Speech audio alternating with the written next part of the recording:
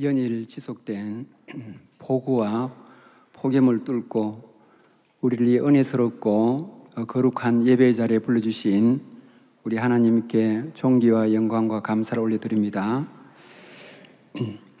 오늘날 우리가 하고 있는 대부분의 학문은 그 기원이 서양에 있고, 구체적으로는 고대 히랍의 아리스토텔레스에게서 연유했다라고 할 수 있습니다. 이 철학자에 의하면 존재하는 모든 것에는 네 가지 원인이 있다는 것입니다.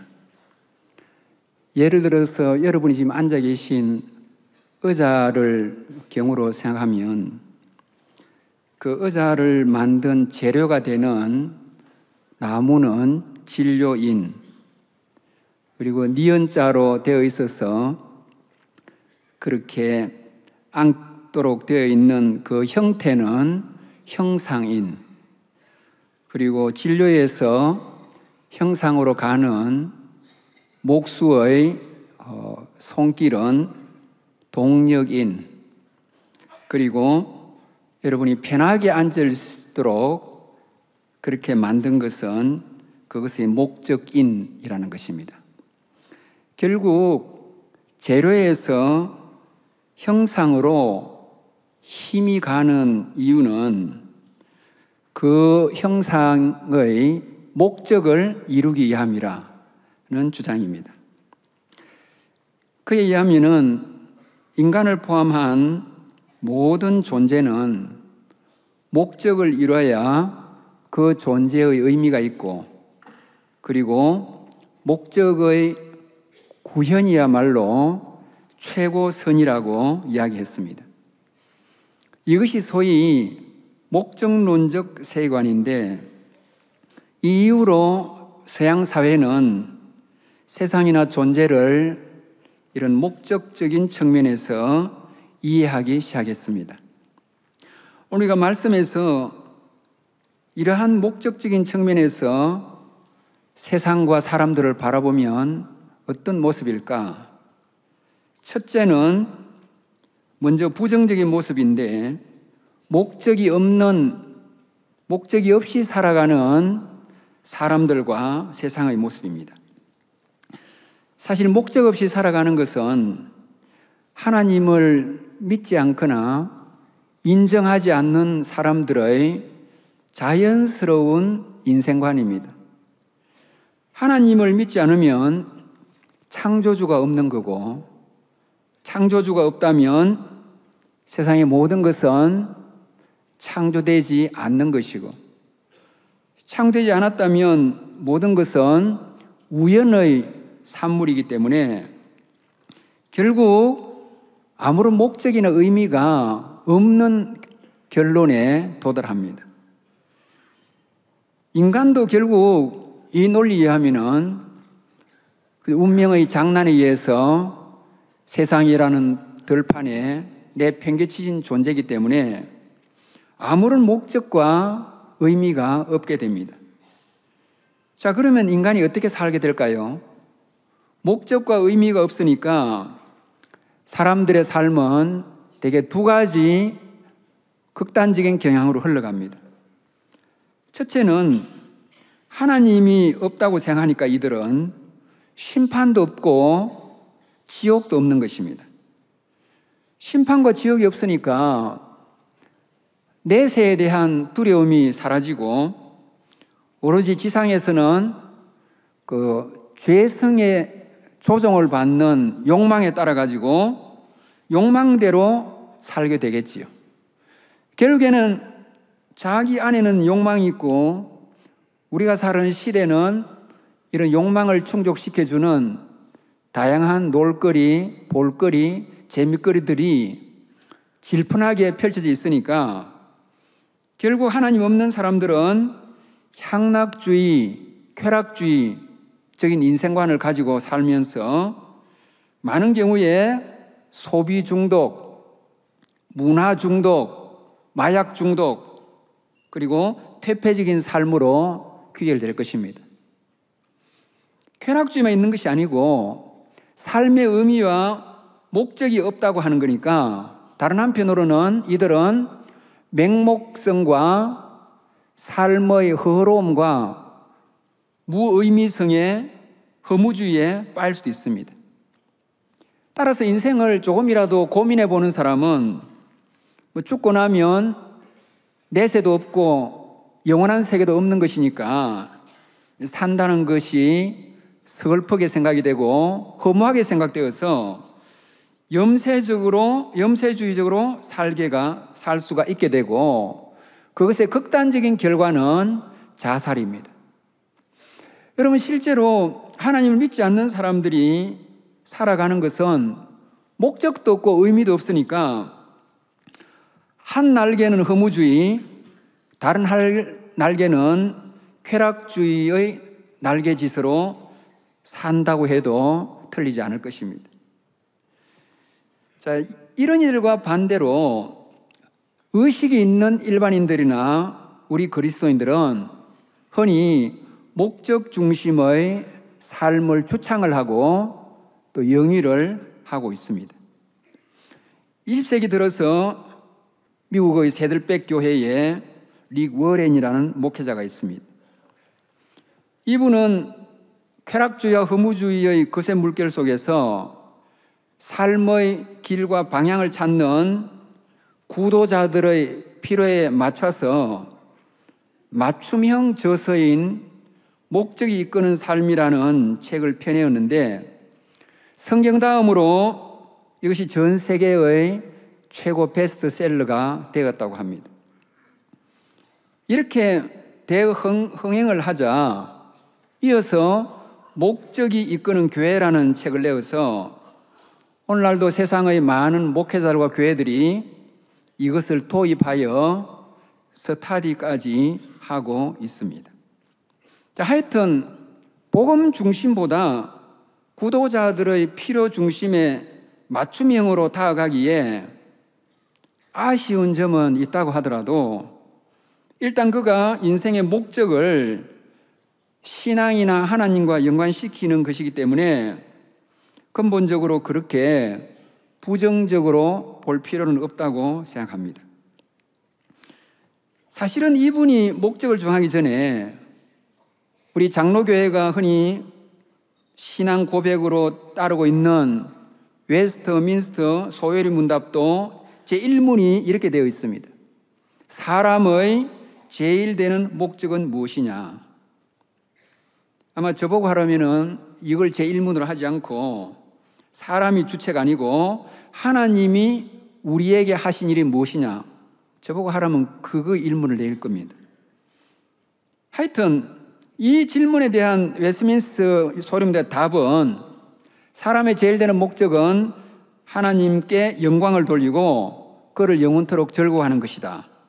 이렇게 멋있는 답변을 하고 있습니다. 좀 더 거슬러 올라가면 신약 성경에도 이런 목적 지향적인 언급이 곧장 등장을 합니다. 이를테면 사도 바울은 표대를 향하여 부름의 상을 위하여 달려가고 다름질하고 다름박질한다, 이런 표현이 엄연히 나와 있습니다. 자, 이렇다 보니까 우리 그리스도인들은 일반인들보다 훨씬 과도하게 목적 중심의 삶을 영위합니다. 이렇게 목적 중심의 삶을 영위하는 것은 긍정적인 측면들이 물론 있습니다. 무엇보다 주어진 생을 무의미하게 살지 않으려는 몸부림으로 아름다운 것입니다.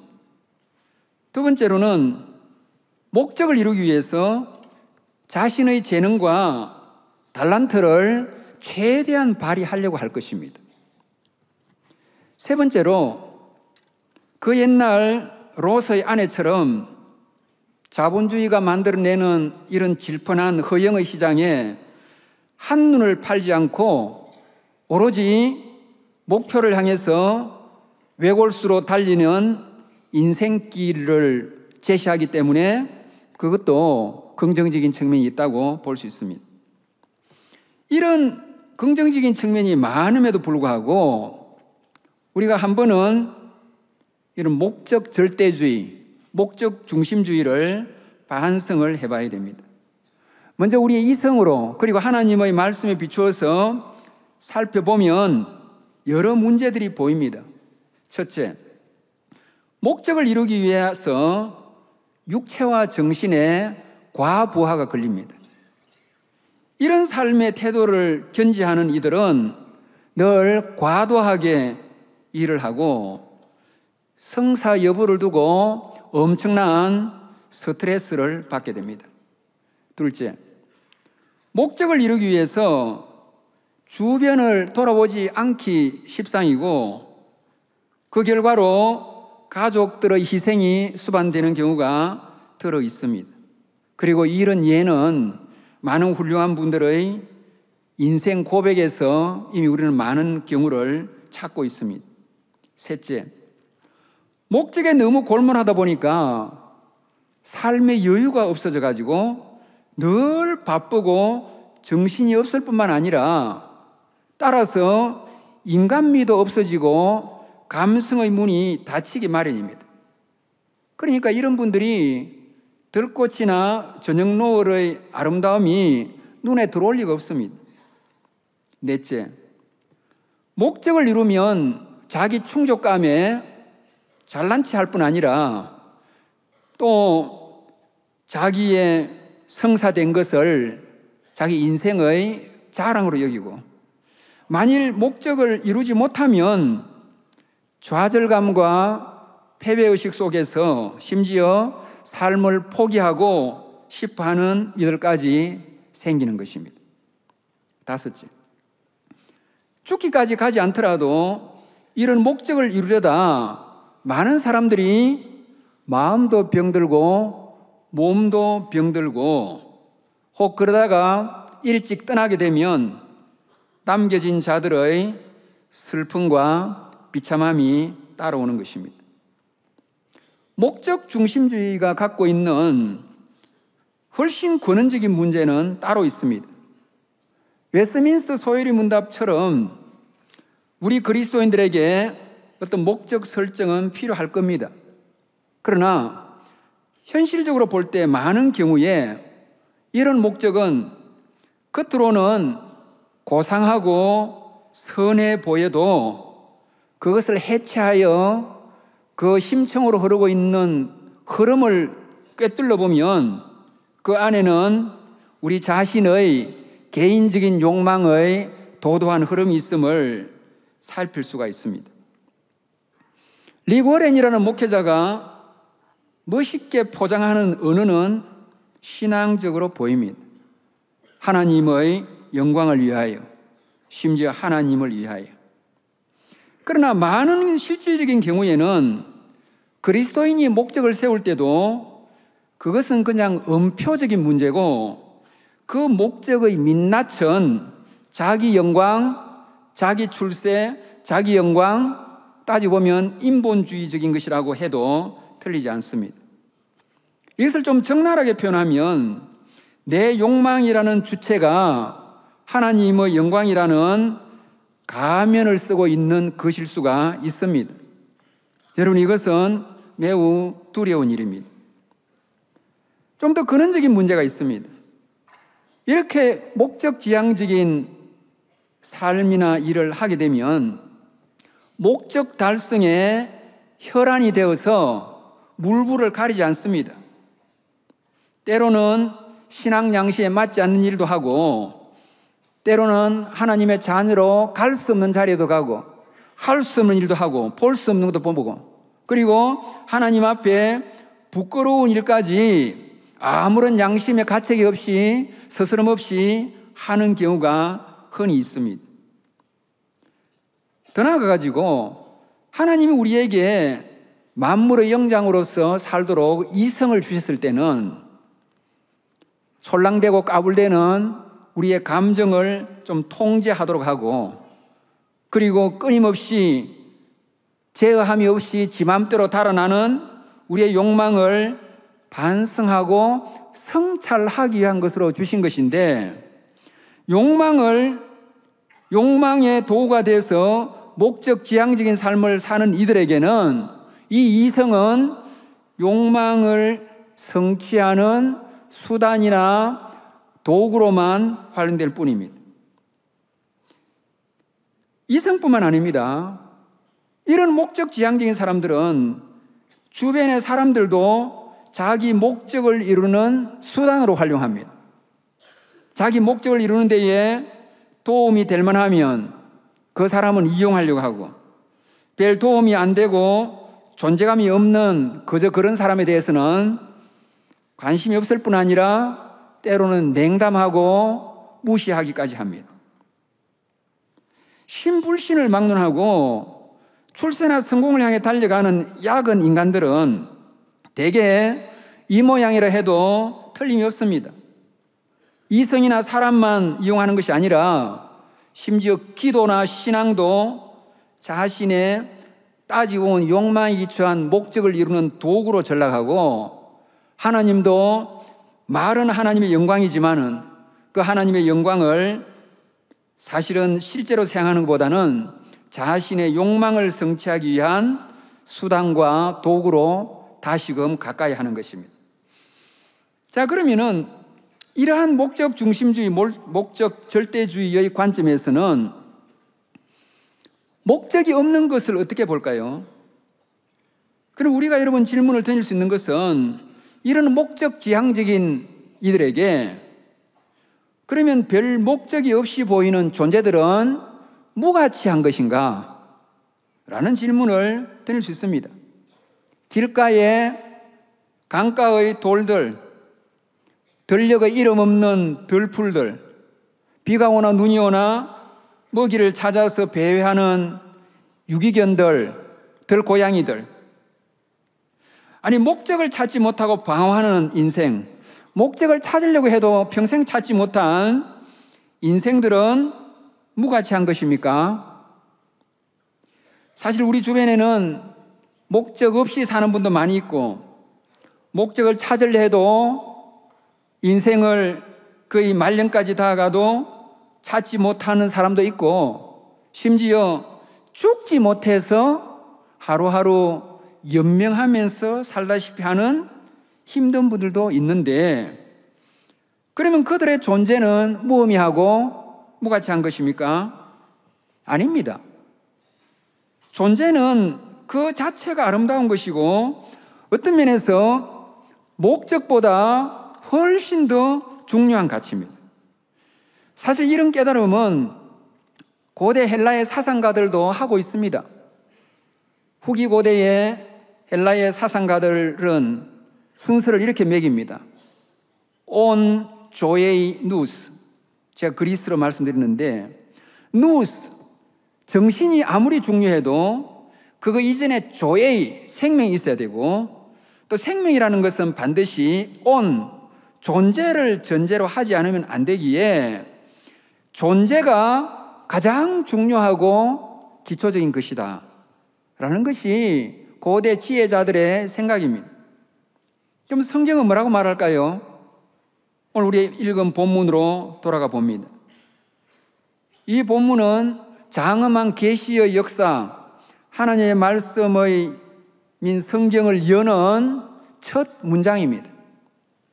시인들에게도 시의 첫 줄은 신이 준다고들 말하는데, 이 문장은 정말 신이신 하나님께서 주신 말씀의 서두입니다. 자, 빛이 있으라 하시니 빛이 있었고, 이게 무슨 뜻입니까?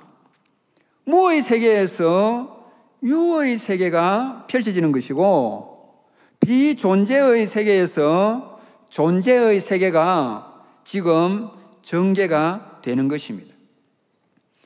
오늘날 고도의 기술의 바벨탑을 쌓아 올린 인류는 대단한 기술을 자랑하지만 다 유에서 유를 만드는 것이지 무에서 하는 작업은 없습니다.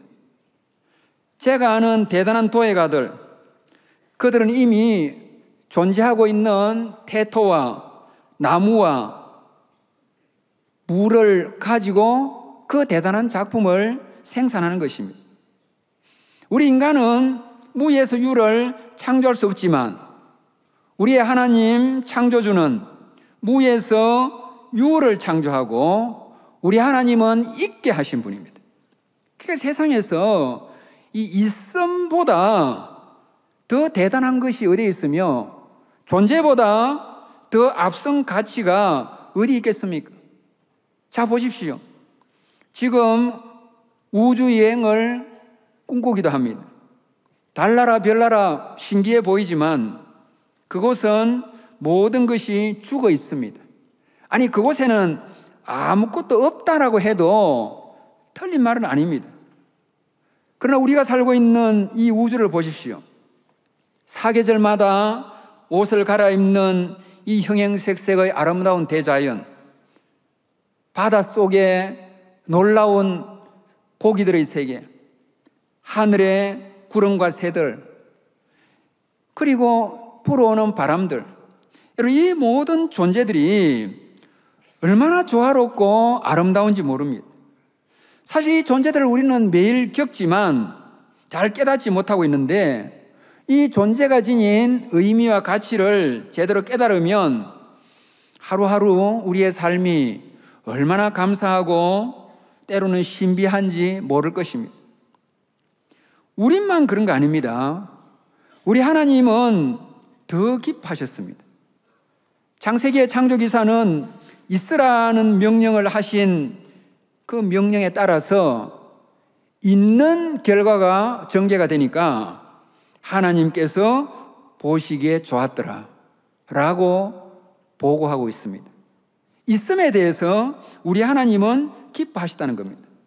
아직 무슨 일들을 한 것도 아니고 무슨 목적이 펼쳐지는 일이 전혀 아닌데도 그저 있음 자체만으로 창조주 하나님은 크게 기뻐하신 것입니다. 자연계만 그런 거 아닙니다. 인간도 만들어 놓으시고 우리 하나님은 가장 크게 기뻐하셨다고 성경은 기술하고 있습니다. 여러분, 이런 하나님의 기쁨은 신약의 탕자 비유에도 잘 드러나고 있습니다. 자식이 집 나가서 돌아오지 않자 아버지는 렘브란트의 그림처럼 눈이 이겨질 정도로 눈물로 한많은 세월을 보냈습니다. 집 나간 자식은 소식이 끊어져 가지고 죽은 줄 알았습니다. 여러분, 아버지의 소원이 뭐겠습니까? 그가 돌아와 가지고 가업을 입고 효도하는 게 아버지의 소원이겠습니까? 아닙니다.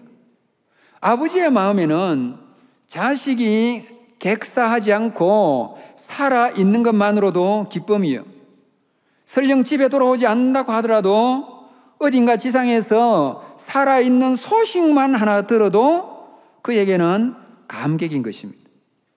누가복음 15장 1-4절, 내 아들은 죽었다가 다시 살아났으며 잃었다가 다시 얻었노라. 신약만 아닙니다.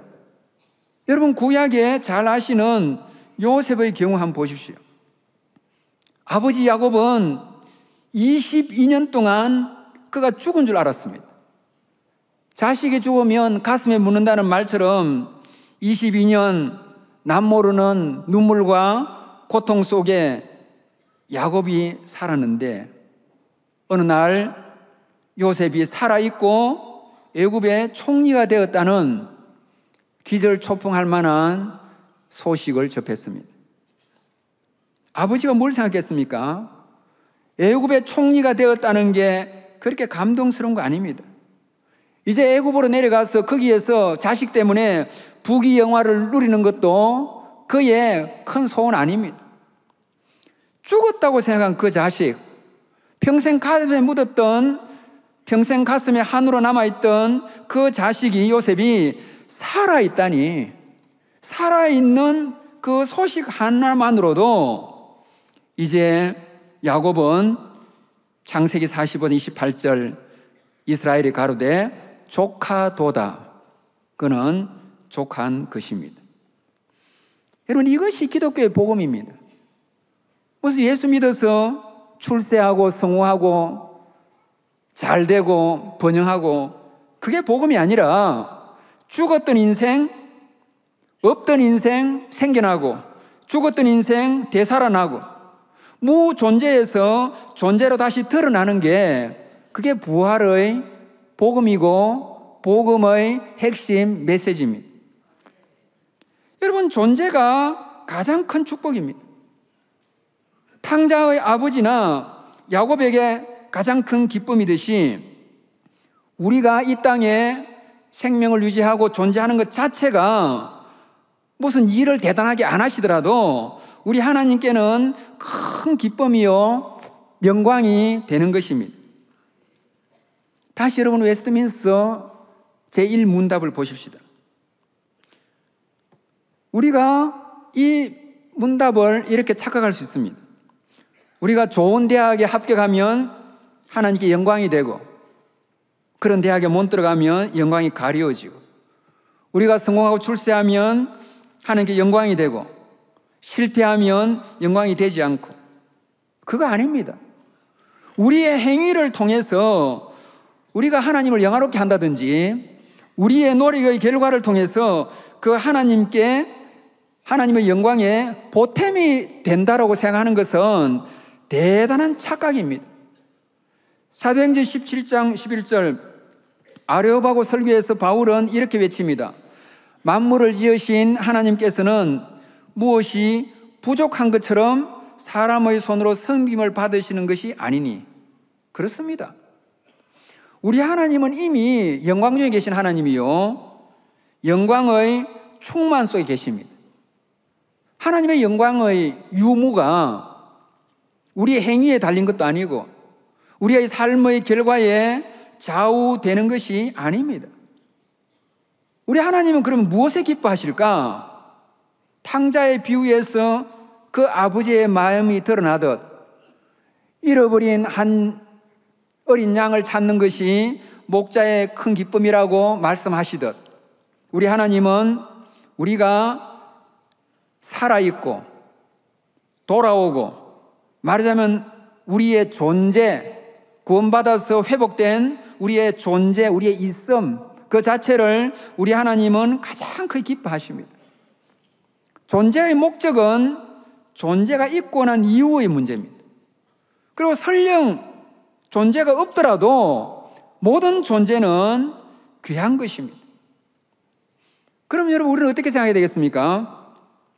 물론 이 땅에 살면서 보내신 분의 뜻을 이루기 위해서 내 삶의 이유와 목적을 찾도록 노력하는 것은 맞습니다. 그러나 찾지 못하는 경우가 많이 있고, 또 세상에는 의미 없이 목적 없이 사는 사람들도 부지기 있습니다. 아무리 청년들 가운데도 이런 분들이 있을 건데, 그럼 이들은 가치 없는 존재일까요? 아닙니다. 우리나라는 정말 청년 자살률이 세계 제1위인데 젊은이들이 살 이유나 목적을 찾지 못해서 생을 마감한다면 정말 안타까운 일입니다. 살아있는 것만 해도 좋은 것입니다. 교회가 젊은이들을 향해서 목적을 품어라, 꿈을 지녀라, 의미 있는 삶을 살아라 가르치는 것도 좋지만, 그것에 앞서서 청년들이요, 존재하는 것만으로도 아름답다. 여러분이 비틀대고 쓰러지고 외롭고 괴롭다 하더라도 존재만으로 귀하다, 이걸 가르쳐야 됩니다.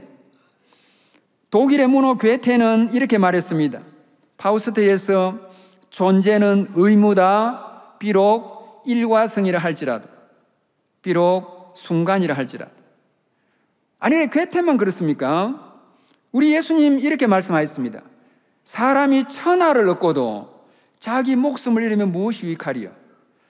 여러분, 여기에 우리 예수님의 가치 판단이 나타나는데, 천하를 얻는다는 것은 대통령쯤 되는 걸 말하는 거 아닙니다. 온 천하를 손에 쥐는 겁니다. 인생의 성공과 출세에서 천하를 얻는 것보다 더 나은 성공과 출세가 어디 있겠습니까? 그러나 네가 설령 천하를 얻더라도 네 목숨을 잃으면, 네 존재를 상실하면 그게 무슨 가치냐? 여러분, 우리 예수님의 이 가치 판단에서 우리가 뭘 깨달을 수 있습니까? 목적이 대단한 것 같지만은 존재는 귀한 것이고, 삶에 대한 이유나 목적을 찾지 못해도 있음만으로 그거는 아름다운 겁니다. 그럼 이제 우리는 어떻게 살아야 되겠습니까? 첫째는 인생의 좌표를 설정해야 되겠지만은 과도하게 목적 중심, 성취 중심으로 세우지 말고 존재 중심으로 설정해야 합니다. 우리가 사는 세상은 어떠한 세상입니까? 이 도시의 거대한 조직과 질식하듯이 압도하는 분위기는 어린 시절부터 청년 시절까지 우리를 출세 경쟁, 무한 경쟁으로 몰아가고, 우리가 받는 모든 교육은 출세를 위한 조건을 구비하는 데에 모든 초점을 맞추고 있습니다.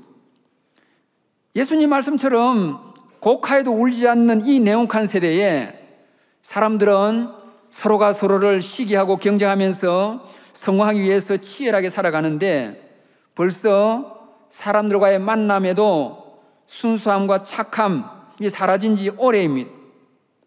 겉으로는 교양과 화려함으로 포장되어 있지만 실은 산다는 것의 재주들로 잘 무장되어 있고, 그리고 우리 그리스도인들마저도 그 속에서 호흡하고 그 시대 정신에 젖어서 의식 없이 살고 있습니다.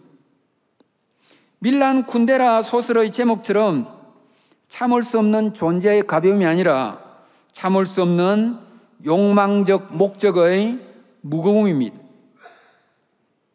여러분, 따라서 이제 우리는 이 참을 수 없는 목적의 무거움에서 참을 수 없는 존재의 가치와 무거움을 인식해야 할 것입니다.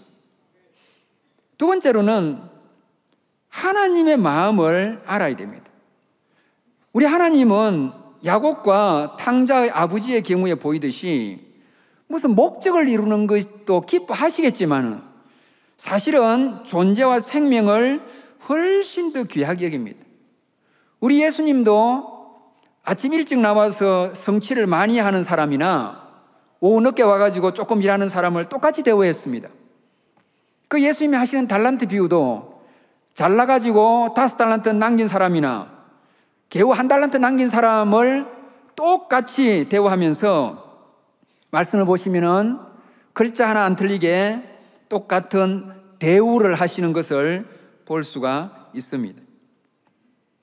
세 번째로 더 나아가서 이제 우리는 좀 더 존재 중심과 생명 중심으로 해야 됩니다. 목적이 이끄는 공동체보다 존재가 귀한 공동체가 더 아름다운 집단입니다.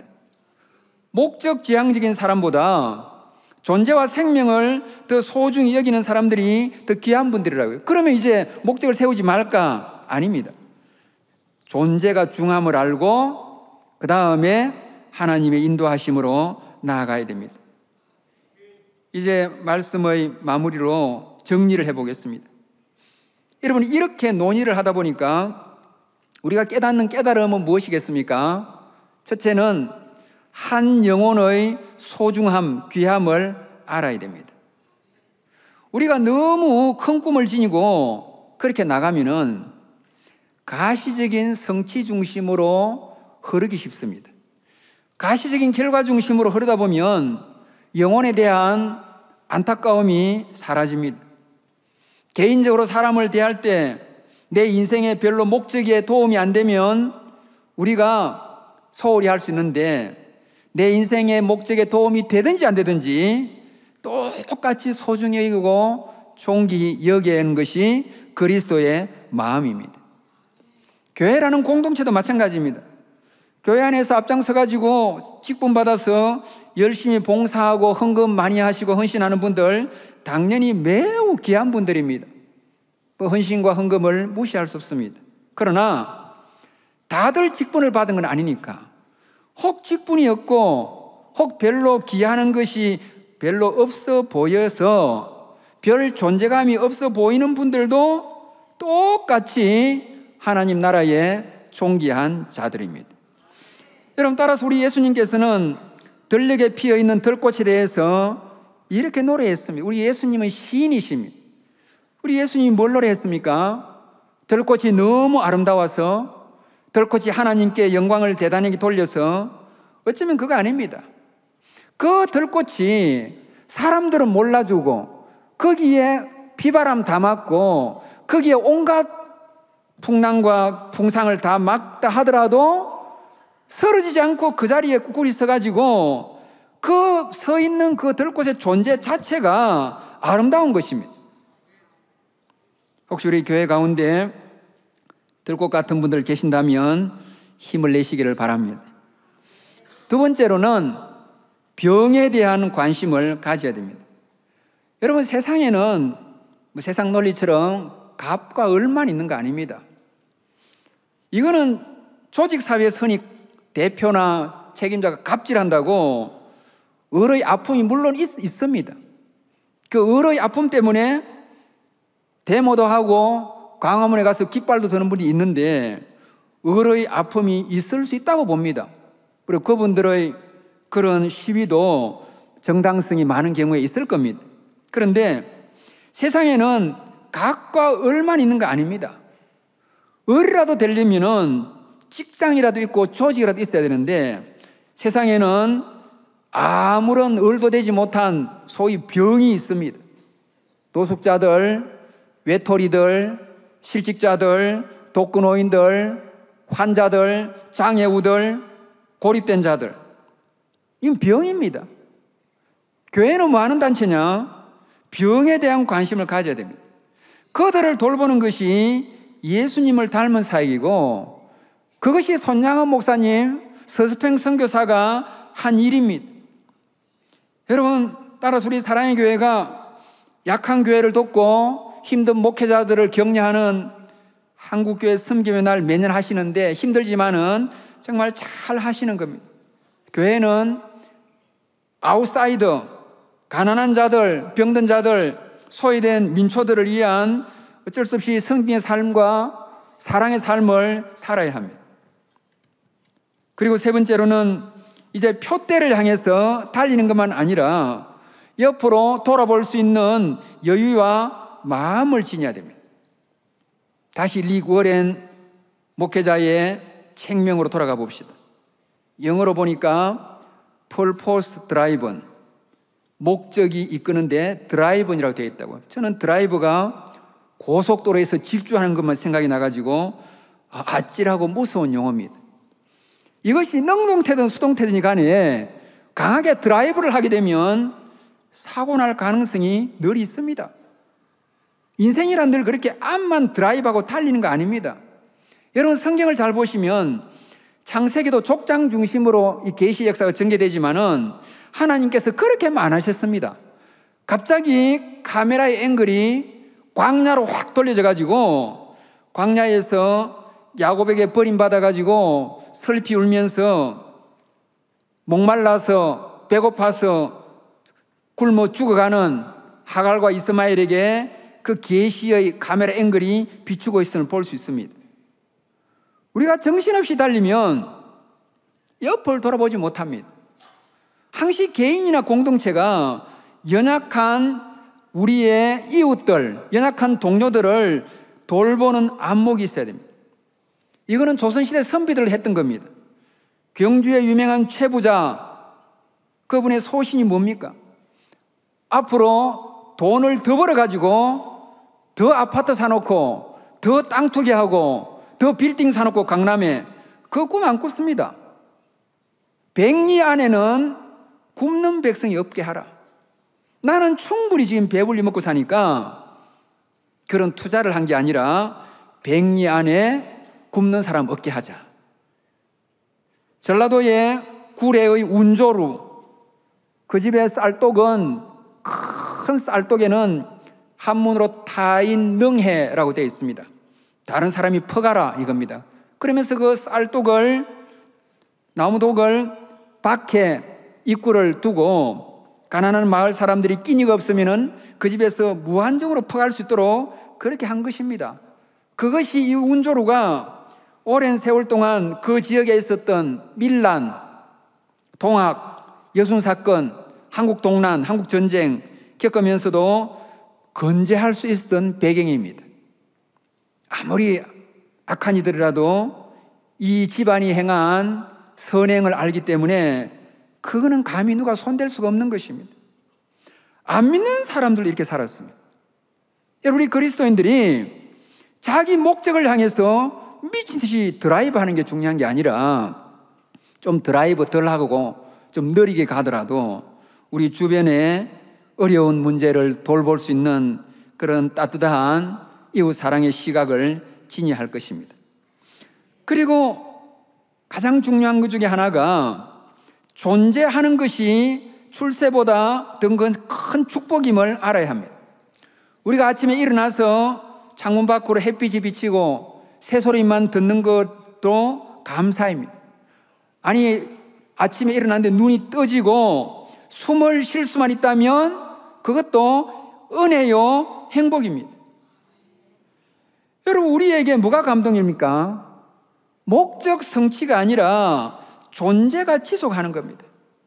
여러분, 따라서 지나가시고 취업하시고 성진하시고 당선되시고 결혼하시고 자녀 놓으시고 그런 일에 대해서도 특별 감사헌금을 당연히 하셔야 되고, 거기에 더해서 우리를 부르시는 것을 깜빡 잊으시고 계시는 우리 하나님의 은혜로운 망각증에 따른 생존 감사헌금을 매주 매일 모아가지고 들으셔야 그게 수준 높은 신앙이라고요, 여러분.